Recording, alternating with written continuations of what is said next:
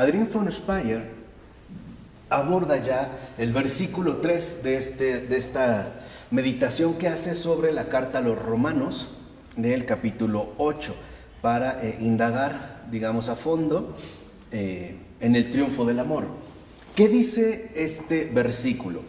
Dice, en efecto, dice San Pablo, lo que la ley era incapaz de hacer debido a los bajos instintos del hombre, lo hizo Dios enviando a su propio Hijo en condición semejante a la del hombre pecador, como sacrificio por el pecado y para condenar el pecado en su misma naturaleza humana. Entonces, aquí digamos, avanzando pues en esta carta a los Romanos, nos comienza recordando Adrián que la ley tenía un fin. La ley, digamos, antigua tenía un fin en la muerte. ¿A dónde conducía esta ley? A la muerte. ¿Por qué? Porque estaba basada, como nosotros dijimos, en el pecado. De tal manera que entonces la vida de la ley quedaba en último término vinculada al tiempo, ¿no? Se establecían pues estas relaciones. La ley con la vida, más bien la ley que tiene un fin en la muerte y que por lo tanto nos limitaba a la mera cuestión temporal. En pocas palabras, a la cronología. Todo quedaba, digamos, reducido justamente al tiempo. De tal forma que, insiste Adrián, podemos darnos cuenta cómo a la ley le era imposible la liberación.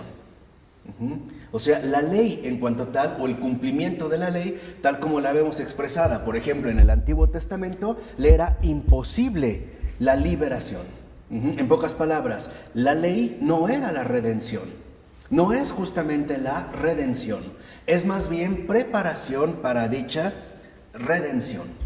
Por ello hay algo más grande que la ley, que esta ley, en efecto, incluso no solo, digamos, la ley escrita, sino esta ley inserta en el tiempo, en la muerte y en la ley, y es el propio Hijo de Dios. Dice, por eso mandó Dios a su Hijo al mundo. ¿Por qué? Y este es, digamos, como el primer paso. ¿Por qué? Porque el Hijo, al encarnarse, se encarna en semejanza de pecado. O sea, se encarna siguiendo la misma ley de nosotros. Una ley que en último término conduce a la muerte y que por lo tanto vive sometida al tiempo. Así pues, el Hijo se hace realmente uno de nosotros. ¿Se acuerdan cuando Pablo dice en otro pasaje, nació bajo la ley? A esta ley se refiere.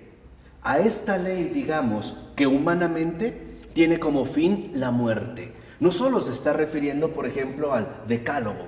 En pocas palabras, estamos hablando de algo metafísico, de algo mucho más profundo. Es esta ley que somete al hombre, en último término, a la muerte, que lo tiene, por así decirlo, esclavizado al tiempo, a la finitud y por ende también a la debilidad. Por eso dice, quienes lo vieron, o sea, quienes vieron el Verbo encarnado, al Hijo de Dios, a Jesús, pudieron pensar que era uno más de nosotros, uno más. No había algo, digamos, que destacara esencialmente en él. ¿Por qué? Porque sí realmente se hizo uno de nosotros, o como tanto insistieron los padres de la iglesia, ¿no? Realmente era verdadero hombre. Aquí vamos, pero en semejanza. Se hizo semejante a nosotros, menos en el pecado. Ahorita vamos a entender por qué, ¿no? Pero exactamente igual, o sea, si nosotros hubiéramos visto al Verbo encarnado en este ámbito de Galilea, al Galileo, no a Jesús de Nazaret, lo hubiéramos visto exactamente, por así decirlo, como un hombre, ¿no? Y exactamente a nuestra semejanza. Dice, ahora, el Hijo se hace, el Hijo que es Dios, se hace hombre para superar la ley. ¿Por qué? Porque lo que quiere Dios es darnos la libertad que trae la vida y el espíritu. Ese es, digamos, como el primer paso fundamental de la encarnación. En pocas palabras, Dios mismo, en la persona del Hijo, asume el pecado y lo va a condenar en su propia carne. ¿Cómo vemos esta condenación? En la pasión. ¿En cómo murió? ¿no? Digamos, en los azotes de la columna. Ahí está literalmente condenando al pecado en la propia carne. ¿Para qué Él asume? Entonces, en este sentido, la carne, para liberarnos de esta ley. Y darnos entonces una nueva ley, la ley de la vida y del Espíritu. En otras palabras, Jesús asume la propia carne para que en su propia carne se consume la condenación al pecado. Ese es, digamos, como el asumir el pecado del mundo. Por eso hay una imagen muy bella, si recuerdan, cuando Jesús es bautizado por Juan el Bautista, en cuanto lo sumerge, ¿no?, en las aguas, en el bautismo, se abre el cielo. ¿Por qué? Porque en cuanto Jesús asume el pecado, lo está asumiendo, digamos, lo está absorbiendo, lo está llevando en sí para que en Él sea destruido, para que precisamente en Él se lleve a cabo la condenación del pecado. Y a nosotros, a cualquiera de nosotros, nos quede abierto el camino al cielo. Por eso es que Él va a asumir, digamos, esta nueva relación. De tal forma que el Padre siempre, desde el principio, había condenado el pecado. Y esta condenación del pecado, dice, la ha escondido desde siempre en su gran amor hacia los hombres, que es el amor primero del Creador por sus criaturas. Entonces, hay un motivo por el cual el Padre envía al Hijo. Lo envía, en efecto, para realizar una separación.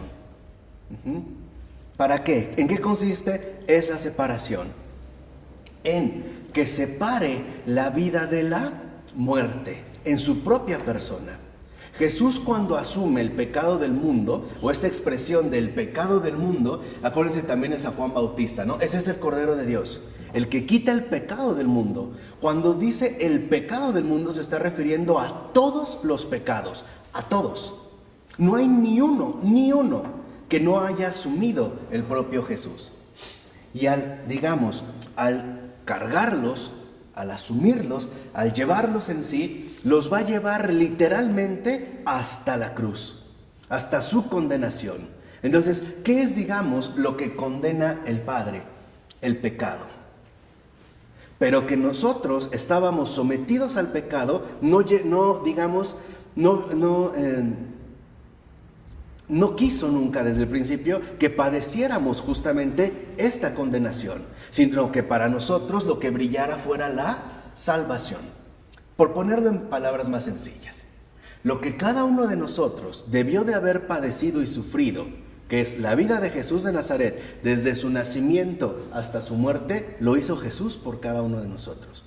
Porque siendo sinceros, era algo excepcional que alguno pasara esa prueba, que alguno realmente lograra satisfacer al Padre de esa manera, en obediencia, en seguimiento y en cumplimiento.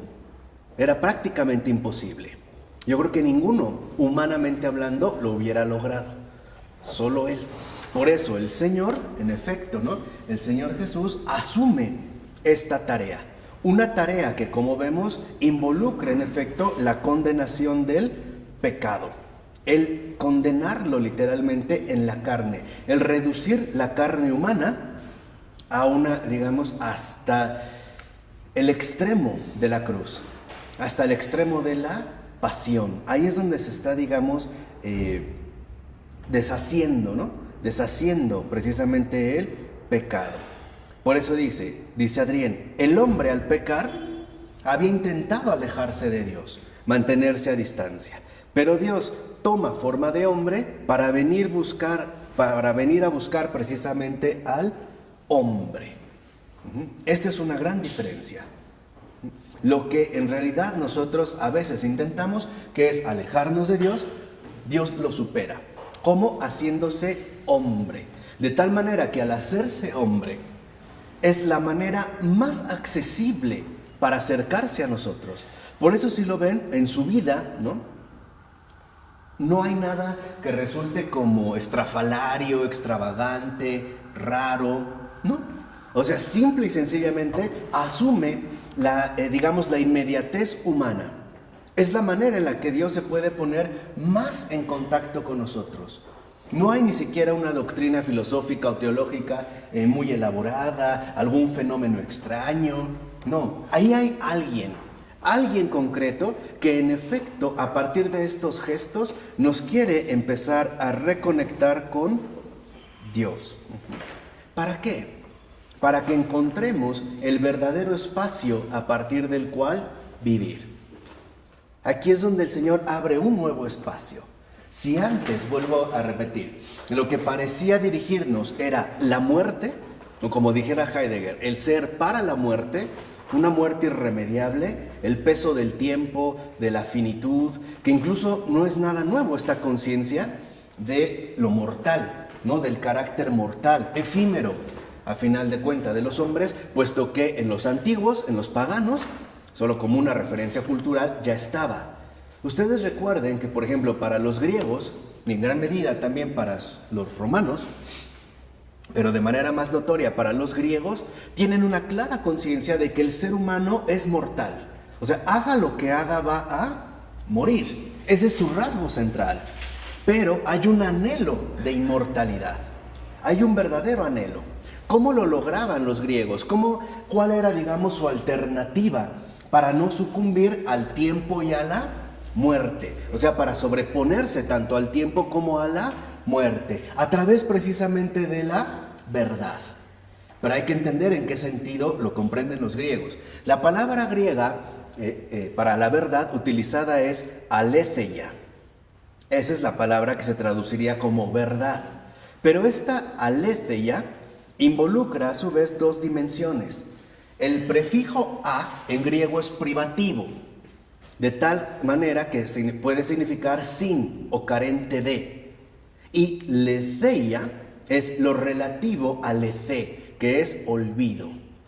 En pocas palabras, para los griegos la verdad era alcanzar el estatus de la memoria permanente. En pocas palabras, hacerse inmortal, superando la muerte y el tiempo, a través pues de la vida heroica. Eso era no sucumbir en último término al olvido. Para ellos la verdadera muerte era el olvido, el que nadie ya vuelva a hablar de ti. Por eso buscaban realizar y tener como modelos ejemplos netamente heroicos. Tan heroicos que los poetas, especialmente los poetas, iban a cantar y, por decirlo así, inmortalizarlos de generación en generación. Al grado de que, por ejemplo, seguimos hablando de Aquiles o de Paris, de todas estas figuras mitológicas. Por eso buscan siempre el poder alcanzar, en pocas palabras, la inmortalidad, el no acceder a esta muerte, ¿no? ¿Cómo dijiste que en latín? Aletheia. Aletheia. Aletheia. Esa es la verdad, ¿no? O sea, el sobrepasar la cuestión del tiempo y la muerte. Ahora, ¿lo habían logrado? No. ¿Por qué? Porque es un anhelo, es una búsqueda frenética de comprender esta ley opresiva, que en efecto parecía como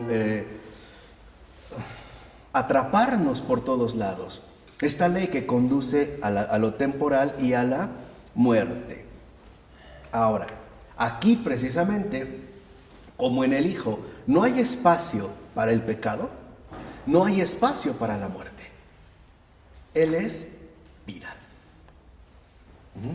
Él es justamente la vida. Este es, digamos, como el primer punto. Él viene a abrir un nuevo espacio, un espacio que no tiene cabida para el pecado.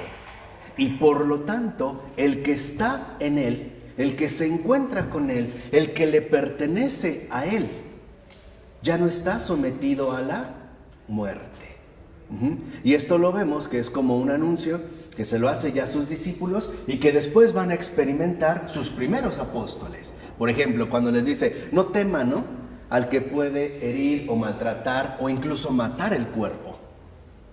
Ahí, ¿qué es en efecto lo que el Señor nos está mostrando? Que hay una vida auténtica que viene del espíritu, ya no de lo corporal. Y esto es algo que básicamente todos sus apóstoles, estoy hablando de los 12, menos Juan, van a experimentar en carne propia, el martirio. Esto es algo muy importante. Por eso, para el cristiano, el cuerpo ya no es lo que determina la realidad humana. Para los antiguos, o sea, para los no cristianos en este sentido, ¿no? Una vez que fallece el cuerpo, todo se ha acabado. Todo se acabó. Ya no hay más. En cambio, lo que dice Jesús es no es el cuerpo el que va literalmente a determinar nuestra realidad más profunda. Por eso, por ejemplo, uno puede envejecer y no obstante conservar un alma joven. Uno puede morir corporalmente y no obstante tener vida, vivir. Por eso vemos como para los mártires, ¿no? El incluso ofrecer su propia vida no involucra ningún problema. No tiene ya, digamos, ninguna dificultad. Y por eso, como no hay espacio en él para el pecado, y por lo tanto no hay espacio para la muerte, en él no hay posibilidad de condenación. Esto hay que entenderlo muy bien. ¿Qué significa que en Jesús no hay posibilidad de condenación? Que Él no ha venido a condenar, y lo dijo claramente. Él ha venido ¿a qué? A salvar. Y ese es el primer punto en el que nosotros debemos entender su encarnación. Él es el salvador del mundo, no el condenador del mundo. Él es de Él justamente del condenador, ¿no? Del maligno, es de quien nos viene a liberar. Él no es el que condena. Se lo dijo a San Francisco de Sales. No sé si saben en esta anécdota, donde en una ocasión San Francisco de Sales ya estaba como muy agobiado por escrúpulos. O sea, sentía que lo hacía todo mal y que estaba condenado y que Jesús estaba enojado y que en pocas palabras lo seguía con lupa. Y al tal era su agobio que se le manifiesta a Jesús y le dice: Francisco, mi nombre no es el que condena, mi nombre es Jesús. Y aquí hay que entender algo importante. ¿Qué es Jesús? Él, como pronombre personal, Salvador. No es un artículo. Cuando hablamos de Jesús, estamos hablando de Él, alguien concreto, que es el Salvador. Entonces, nosotros estamos llamados a encontrar en Jesús al Salvador, no al condenador. De tal manera que a partir de esta experiencia, es esto, digamos, lo fundamental que nos va a reconducir justamente hacia el Padre. De tal forma que nosotros nos encontremos con el Padre en su verdadera esencia, en el amor. En el amor desde el principio. O a veces no hemos tendido a suponer como que el Padre estaba muy enojado y el Hijo es el que nos quiso reconciliar, pero un poco como a regañadientes del Padre. O sea, como que si por el Padre hubiera sido, nos hubiera exterminado y el Padre abogó por nosotros y el Padre estaba muy ofendido. No. El amor del Padre ha sido el mismo desde el principio. Por eso el amor del Padre se manifiesta en la obra del Hijo, es decir, en la encarnación. Y también en la obra del Espíritu, o sea, en la santificación. Por eso, lo que dice Adriel es muy fuerte. Dice, por eso, a partir de ahora, ya hablamos de este ahora, el que vive en el Hijo, el que vive en Jesús, el que vive en el espacio de la salvación, goza de la amistad del Padre. Y vive ya, a partir de ahora, fuera de la condenación. De tal manera que entonces nosotros siempre debemos de vivir en base a la esperanza y no al miedo. Ese es el primer efecto claro de esta liberación. Esta liberación que nos quita los esquemas antiguos del temor. Más bien quiere establecer los nuevos esquemas del espacio vital que se viven en base a la confianza, la cercanía, la entrega. En pocas palabras, la amistad con el Padre. ¿De acuerdo? Por ello podemos entender cómo hay un nuevo comienzo. Esto es lo que también va a inaugurar Jesús. Un nuevo comienzo. Este nuevo comienzo se da en carne propia, en la carne propia del Salvador. De tal manera que, por ejemplo, Dios le da al segundo Adán, a Jesús, una carne semejante a la del primero. Porque si lo recuerdan, en principio Adán no tenía pecado. ¿Cómo era entonces su carne? ¿Cómo era? Gloriosa. ¿Sí? Gloriosa. Era una criatura perfecta, sin pecado. Entonces, ¿estaba abocada a la muerte? No. Esto es importante de tener. ¿Fuimos hechos desde el principio para la muerte? No. ¿Dios ama la muerte? No. Ama la vida. Por eso hay quienes han llegado a especular. Entonces, ¿Adán iba a vivir para siempre? Lo más probable es que sí. Lo más probable es que sí. En esta, digamos, eternidad dichosa de la amistad con el Creador. Pero no iba a experimentar la muerte como un desgarre, por ejemplo, ¿no? O como un acto que nos llenara de temor o de angustia, ¿no? Pero, en este sentido, esa carne fracasó. ¿Por qué? Porque pecó. Y de ahí, digamos, ¿no?, se va a extender a través de las generaciones.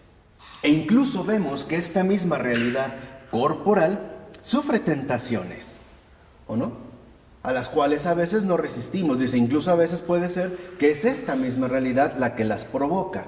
Bien, ¿cuál era la consecuencia más radical para este fracaso? O sea, por el haber incurrido en el pecado, la muerte.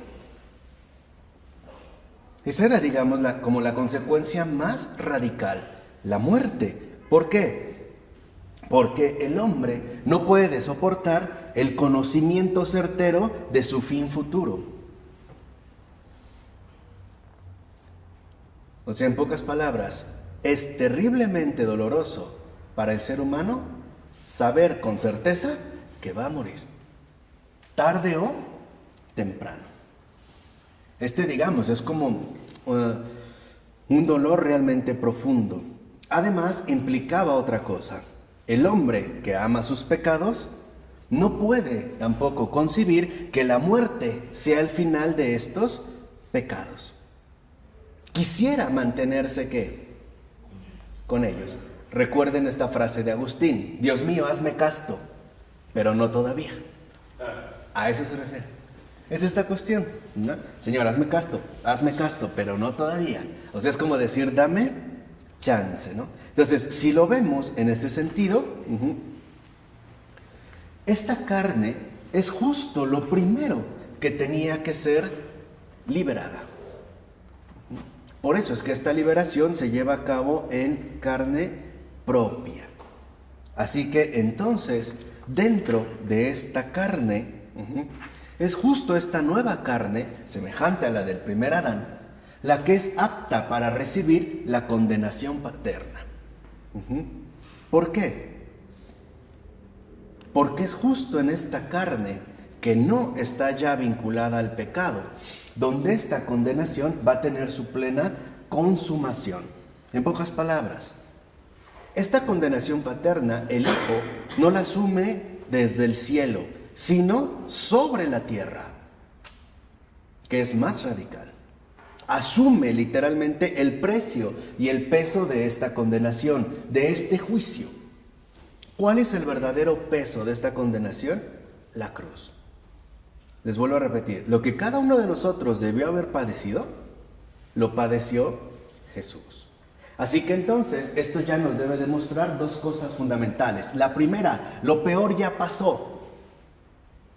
El peso de la condenación en carne ya pasó. Ahí está Jesús en la cruz.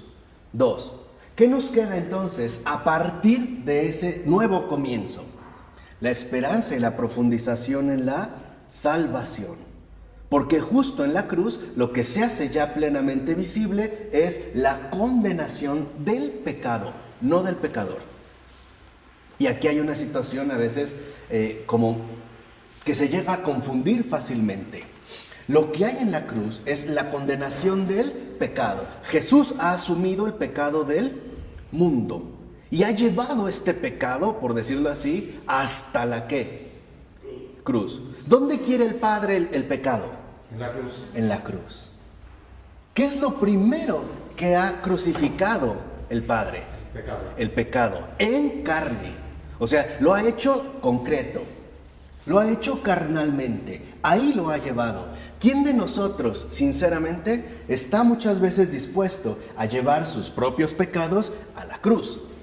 Si a veces no lo queremos ni hacer, no los queremos llevar ni al confesionario, menos a la cruz. Si a veces ni al confesionario, menos debemos hacer a la cruz. Por eso, literalmente, lo que vemos entonces es que la cruz expresa la condenación del pecado. Y más allá de la condenación del pecado, el verdadero triunfo del amor. Ahí está lo que el Padre nos está diciendo. Lo que el Padre nos está diciendo es, esto no lo quiero para ninguno de ustedes. Esto no es lo que yo quiero para ustedes. Yo lo que quiero para ustedes es otra cosa. No muerte, sino ¿qué? Vida. No abandono, sino compañía. No tristeza, sino alegría. Quien lo intuyó muy bien fue San Pablo de la Cruz, que es el fundador de los pasionistas. Él vivió el abandono de Jesús en la cruz, que es, digamos, el estado de desolación más intenso del alma humana, 50 años. Ni un consuelo de Jesús, ¿eh? Así en ese abandono, Dios mío, ¿por qué me has abandonado? Por eso los pasionistas, ¿no? Y ahí, en una ocasión, les decía a sus compañeros, mirando al crucifijo, les dijo, eso es obra del amor. Esto es obra del amor. Entonces aquí hay que volver de nuevo a la verdad. ¿Es el pecado el que llevó a Jesús a la cruz? No. Es Jesús el que arrastró al pecado a la cruz. Porque así es como lo ha derrotado. ¿Ustedes creen que el pecado quería ser vencido? No. ¿Ustedes creen que el pecado realmente fue de muy buena gana? No. Se ve en la resistencia. Piensen en las caídas de Jesús. El pecado se revela, o sea, sabe que está siendo literalmente llevado al juicio. En síntesis, el pecado ha sido condenado. Este es, digamos, como el primer paso fundamental. Por eso dice, si la carne no hubiese desempeñado el papel que desempeñó en la creación, en la caída, en la encarnación, Dios hubiese podido quizá castigar desde el cielo. Aquí en la tierra hubiese estado el pecado. Allá en el cielo el castigo. O sea, aquí el hombre, allá ¿qué? Dios. ¿No a veces seguimos pensando de esa forma? Mentira, no es cierto. Eso es lo que ahorita precisamente nos acaba de explicar Adrián. Dice no, porque como el Hijo se hizo hombre, y es una carne con nosotros y un hombre entre nosotros, ya no hay separación entre hijo de Dios e hijo de hombre. Por eso, si lo ven, esta es como una expresión muy bella que le dicen a Jesús, el hijo del hombre, ¿no? Lo que está diciendo es este humano. Hablar del hijo del hombre es hablar de un humano como nosotros. Entonces, cuando Él se ha hecho uno como nosotros, ya no hay distinción entre Él y cada uno de nosotros. De tal manera que entonces ya no hay diferencia entre castigo y remisión. En pocas palabras, si Él ha redimido todos los pecados, significa que los pecados que yo cometo, en último término, no son míos. Ya no son míos. Ya no me pertenecen. Entonces, ¿qué es el pecado? Fíjense, para entender, ¿sí me van siguiendo? Más o menos. ¿Qué es el pecado? Es la confirmación de una impotencia superada. Eso es el pecado. Es una impotencia. Es volver a adherirse a una impotencia. ¿Por qué impotencia? Porque el pecado ya ha sido vencido. Ya fue ¿qué? Condenado. O sea, el pecado ya está condenado. Cuando yo, por ejemplo, incurro en pecado, lo primero que debo de tener en cuenta es que incurro en pecado por debilidad. Y estoy queriendo volver a lo viejo. Estoy queriendo regresar a lo antiguo, a una ley que de hecho ya fue superada. Estoy renunciando, en pocas palabras, a la obra de Jesús para volver, ¿no?, a la vieja historia, a ese antes que en efecto ha sido, en este sentido, ya superado. Por eso dice también Adrián, en el Hijo, ¿no?, la condenación ahora pasa a ser redención. ¿Para qué has condenado el pecado? En carne propia, para que brote la redención. ¿Y qué es la redención? El renacimiento. O sea, la condenación pasa a la redención. ¿Sí? O sea, condena el pecado y una vez condenado el pecado, ¿qué es lo que ya resplandece, digamos así, con su pleno esplendor? La resurrección. La resurrección, la redención. Entonces, ¿qué quiere Jesús de nosotros? ¿La condenación? No, quítense también ese veneno protestante de que Dios lleva una cuenta precisa de nuestros pecados. Ya los vivió, ya los padeció, ya los condenó. O sea, a ver, Dios no está obsesionado con el pecado, ¿ok? Ya, quítense esa idea calvinista, puritana, de que a Jesús o a Dios mismo le pesa grande el pecado. Está obsesionado con el amor. Exacto, el pecado es secundario, no es primario, es secundario. Si algo le obsesiona a Dios es el amor. Un amor que logra incluso poner en su lugar al pecado. En síntesis, si nosotros cometemos pecado, lo importante es comprender a la luz de la verdad que a pesar de este pecado, a pesar de 1000 pecados, Dios me ama. Y lo ha hecho siempre, desde el principio. Y lo hará hasta el final. Que Dios no me va a abandonar. Que no habrá pecado, por muy grande que sea, por muy escandaloso, por muy terrible que nos parezca, que haga palidecer el amor de Dios. ¿Sí me explicó?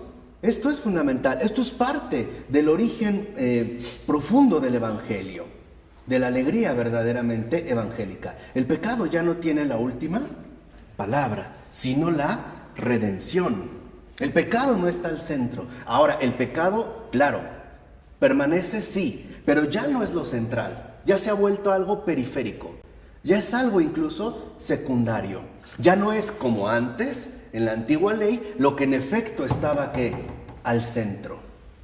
No, ahora ya no. Ahora el pecado en efecto ha sido desplazado. De tal manera que entonces la condenación no es el centro de nuestra existencia, ni nuestra finalidad. Ahora lo que es el centro de toda nuestra vida es precisamente la redención. Todo está unido ahí. Todo. Por eso en efecto es importante que la creación, toda nuestra vida, toda la vida de los demás, lo veamos a la luz de su verdadero centro, la redención. A la luz de ahí. Porque eso es justamente la luz óptima de la misericordia. A ver, ¿por qué Jesús le pudo decir a Santa Faustina Kowalska, en el llamado Diario de la Misericordia, que Jesús mismo le dicta y le obliga a escribir, que mientras más pecados tenga un pecador, mayor derecho tiene a su misericordia? ¿Por qué le dice eso? Porque acento a Dios siempre con el amor, más amor. Claro, o sea, más amor. Este es ahora... Exacto. ¿Qué quiere decir? Que entonces la redención transfigura todas las cosas. ¿Qué pone en primer lugar? Lo más necesitado, lo más débil, lo más, en este sentido, reducido, disminuido. ¿Y quiénes son estos? Pues los pecadores, ¿no?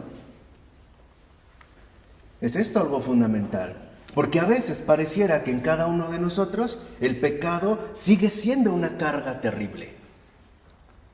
Porque otra vez quiere ocupar el lugar que ya no le corresponde. ¿De dónde brota el pecado? ¿No viene del maligno? ¿No de él brota? Y no sabemos que él es padre de la mentira. Entonces, cuando nos quiere poner en el centro al pecado, ¿qué está haciendo? Engañándonos. Quiere eclipsar el verdadero triunfo ¿de quién? De Cristo. sabe perfectamente bien que si se eclipsa el triunfo de Cristo, lo que viene es oscuridad, desesperación. ¿Por qué mucha gente se ha suicidado? Desesperanza. Desaparece el triunfo ¿de qué? Del amor. De Cristo. Y ahora viene la carga inmensa ¿del qué? Del pecado. ¿Sí me explicó?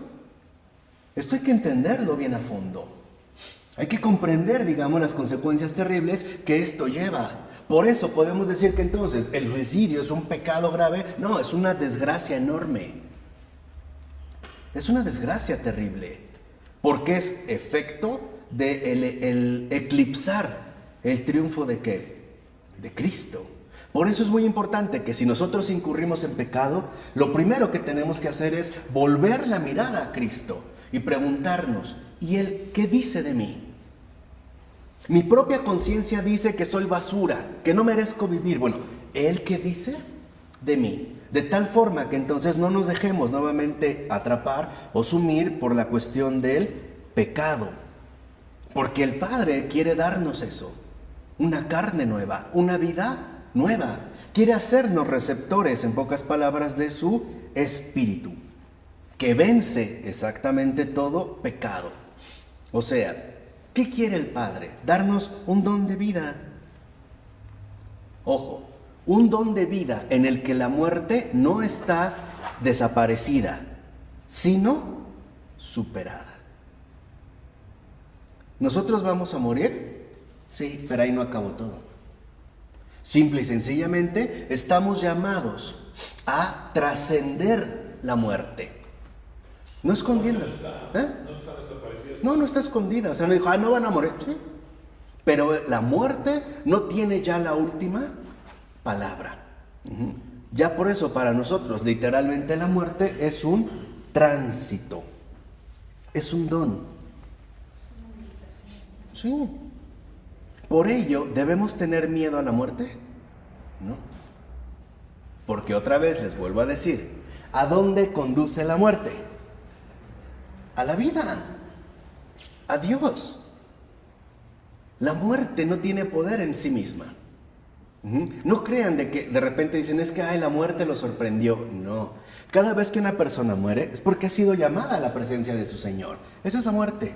Quítense también esas falsas ideas de que anda vagando por ahí un alma, haciendo ruidos. Quítense esas ideas falsas. Eso no es cierto, ¿eh? Los únicos que hacen ruido son los malos espíritus, nada más. Y otra vez, puras mentiras. Cuando una persona muere es llamado a la presencia del Señor. De tal forma que entonces nosotros estamos llamados a profundizar y a contemplar que la muerte conduce a la vida. A través de la muerte o a través de esta superación de la muerte, precisamente resplandece el Padre. Dice, por eso el Señor ha sido cuidadoso hasta la perfección en cada uno de los detalles que involucran nuestra redención. Dice, el Hijo ha asumido todos y cada uno de nuestros pecados para redimirlos. No excluyó ninguno. Ni considera que algún pecado sea tan pequeño, insignificante, como para no asumirlos. No, lo ha asumido absolutamente todo. En pocas palabras, mis pecados no son nada nuevo. No son nada nuevo. Nada. Él los ha asumido en perfección todos. Por muy pequeños que nos puedan parecer. No es nada nuevo. No es finalmente nada nuevo. Por eso cada vez que cometemos pecado, lo que el Señor nos dice es, ok, ¿lo reconoces? Sí. ¿Y qué más ves? ¿Me ves a mí? ¿Me ves a mí ahí como tu Redentor?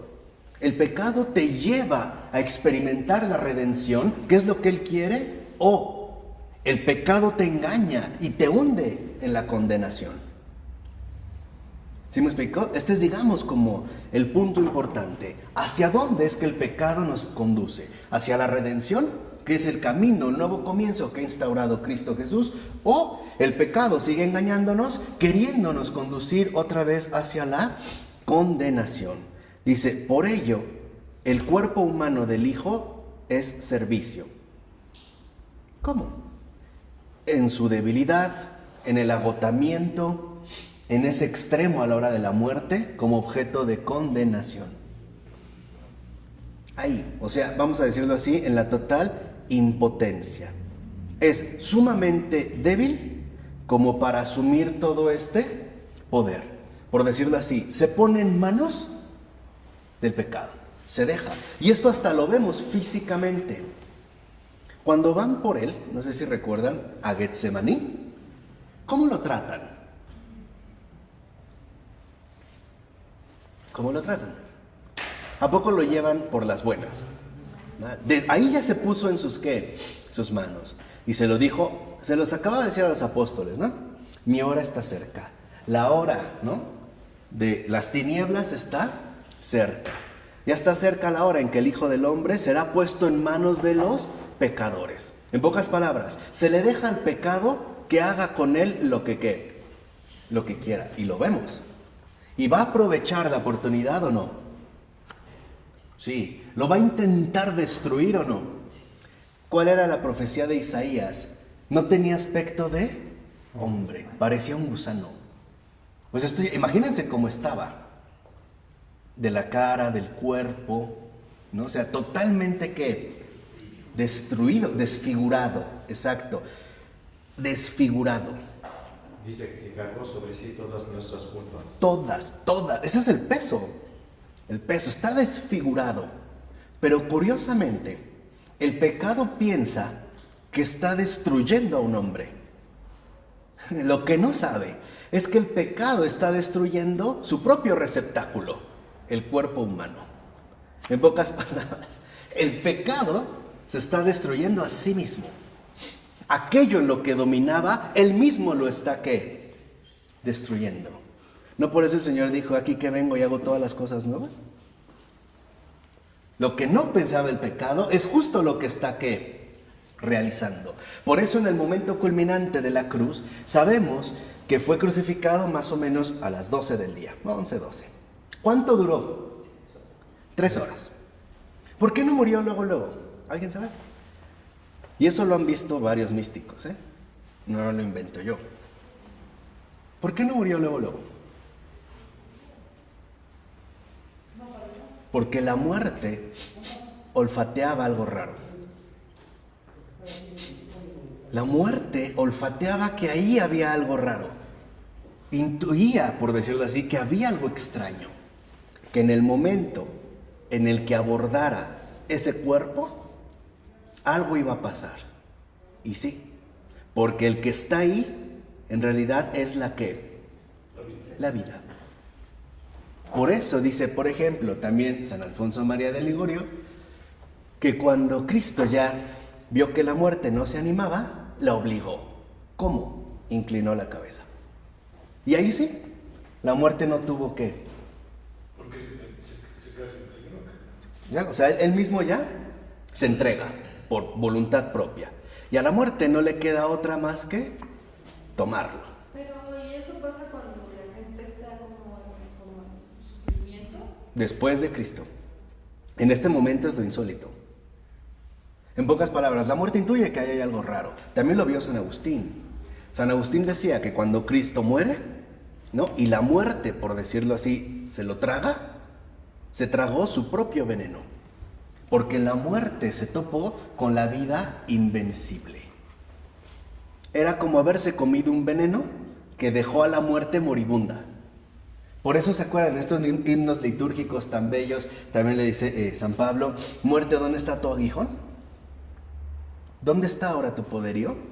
La muerte anda moribunda, bajo el esquema de la ley, pero del plan de Dios no, porque el plan de Dios abarca todos los tiempos, desde el principio hasta el ¿qué? Final. No quiere decir que porque los hombres no sabían, ya estaba la condenación. Simple y sencillamente el peso de la ley era insuperable. A partir de Cristo, que ya lo sabemos, vivimos justamente con esta esperanza. De tal manera que entonces lo que vemos es que esto garantiza la autenticidad de la nueva vida. La victoria solo puede venir a través de la muerte. Ojo, todos teníamos o tenemos que morir tarde o temprano, ¿no era la manera absoluta de garantizar la victoria? A lo mejor no todos podemos ser religiosos. A lo mejor no todos podemos ser buenos. Tal vez, no, en ese sentido, tal vez la victoria podía no estar al alcance ¿de qué? De todos. Pero todos teníamos que atravesar ¿qué? La muerte. ¿No era la manera más universal de hacer llegar la salvación a todo ser humano? Esa es la justicia.